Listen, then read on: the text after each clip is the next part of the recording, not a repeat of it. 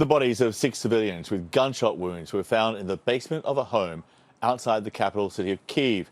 Just more evidence of war crimes and atrocities, according to the Ukrainian prosecutor general, who earlier had spoken to CNN's Fred Pleitgen. And a warning to our viewers, his report contains some graphic images. Even as Russian troops mass in eastern Ukraine for what the U.S. believes will be a huge offensive, authorities in Kyiv continue digging up bodies. Painstaking work that goes hand in hand with investigating Russia's attack on Kyiv and possible crimes committed by Vladimir Putin's invading troops. Prosecutor General Irina Venediktova is leading the charge. She spoke to me at the edge of a mass grave in the Kyiv suburb of Bucha. For us, the best motivation is justice. And of course, we understand that all Ukrainians want fast justice, true and fast justice. That's why we do everything to document all evidence, all facts of war crimes that we have here in Ukraine. French forensic investigators are now also on the scene, not because Ukraine lacks expertise, but because Kyiv wants to be as transparent as possible in the face of Russian disinformation efforts. We want to do our job absolutely open with standards of international humanitarian law. It's very high standards. That's why when here we have our international colleagues, we understand that they can see everything. They can see a real situation here, real graves, real dead bodies. After Ukrainian forces managed to expel Russian troops from around Kyiv and some other areas they'd occupied in Ukraine, authorities have discovered scores of dead bodies. Today, another 6 found in just one basement outside Kyiv. The prosecutor tells me they are collecting evidence in thousands of cases. Now we started more than 6,000 cases. It's crimes, war crimes, crimes against humanity, aggression crimes. And we started on the first days of war, we started the case about genocide. All this as Russia still claims its forces that invaded Ukraine have not harmed any civilians. On a visit to a spaceport with Belarusian strongman Alexander Lukashenko, Russian President Vladimir Putin again claimed his forces are fighting against would-be Ukrainian Nazis in what he calls a, quote, special operation. The goals are absolutely clear and they are noble, he said. I said it from the beginning and want to draw your attention to that.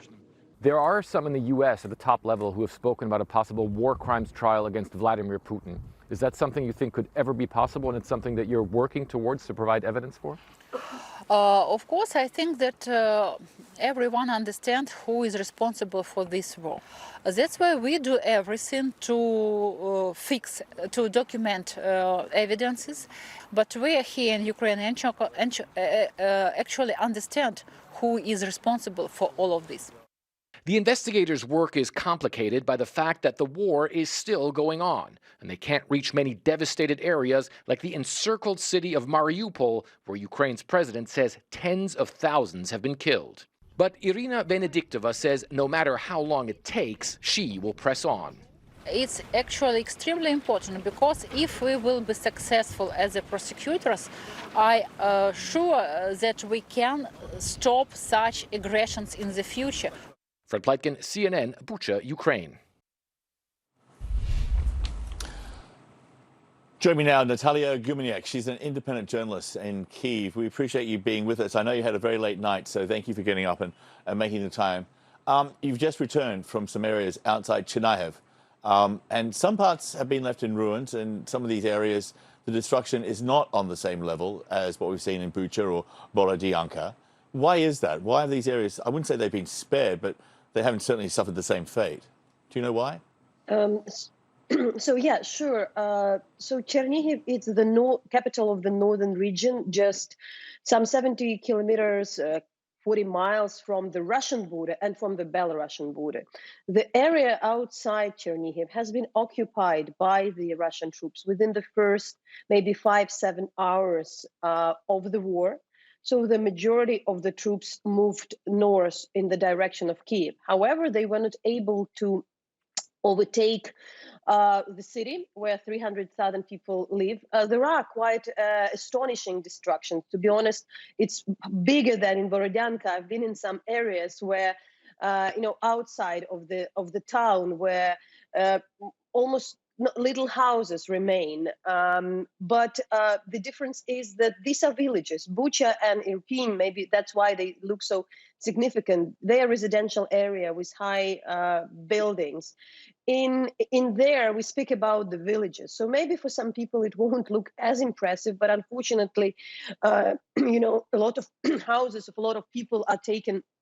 But something to tell more, the city was for a month under the siege.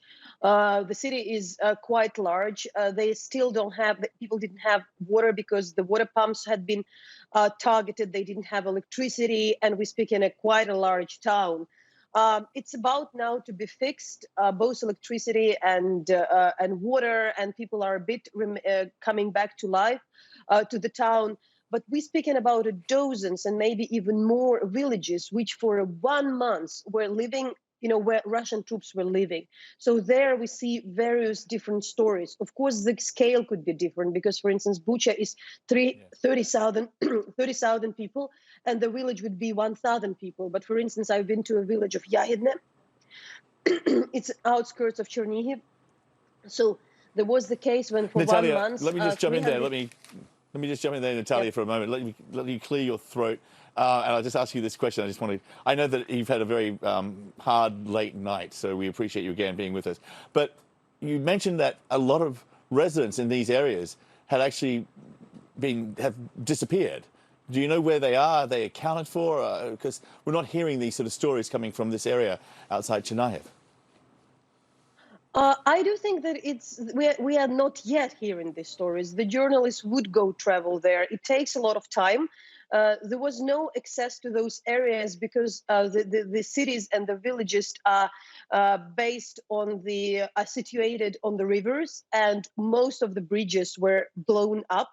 So that was the problem. Why there was, there is no fuel in this area. So any trip to there, it's a bit of an adventure. You need to take care about that. So a lot of places were yet not visited by the journalists.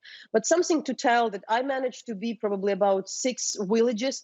And yes, in every village we hear the stories about people, for instance, being detained, the people being, there were people who were shot. Probably the scale would be different, but for a village, 3, 4, 5, 7 people would be an impressive amount. But in one of them, the story which I find quite outstanding, in Yahidne, 370 people for 1 month, they were pushed and taken by the Russian troops to the basement of the school and were not allowed to go out. They spent their time there while the Russian troops used the school as their military base full of equipment. So the strategy was that they won't be attacked because the whole village is actually living under them. It was quite a horrific condition. Some elderly couldn't really survive that situation. And also people saying that they were, some of the soldiers were deliberately rude. So it's a bit different dynamics because there for 1 month, the Russian soldiers were living in the houses of the people, with the people in their basements, because they tried to stay exactly with the people, not to be targeted. But these stories, that's still the story to be told, because we're speaking about many places, and in one, just to add, the first 3 villages I visited, just by occasion, I met a man who would say, "I lost my son has been killed." It doesn't mean that everybody is like that, but for journalists, if you have this, it shows also quite a specific dynamic. Natalia Gumenyuk, we thank you very much for your reporting. Thank you for shedding light on what's happening in these small villages around Ukraine. It's very much appreciated. And thank you very much for being with us today. Thank you.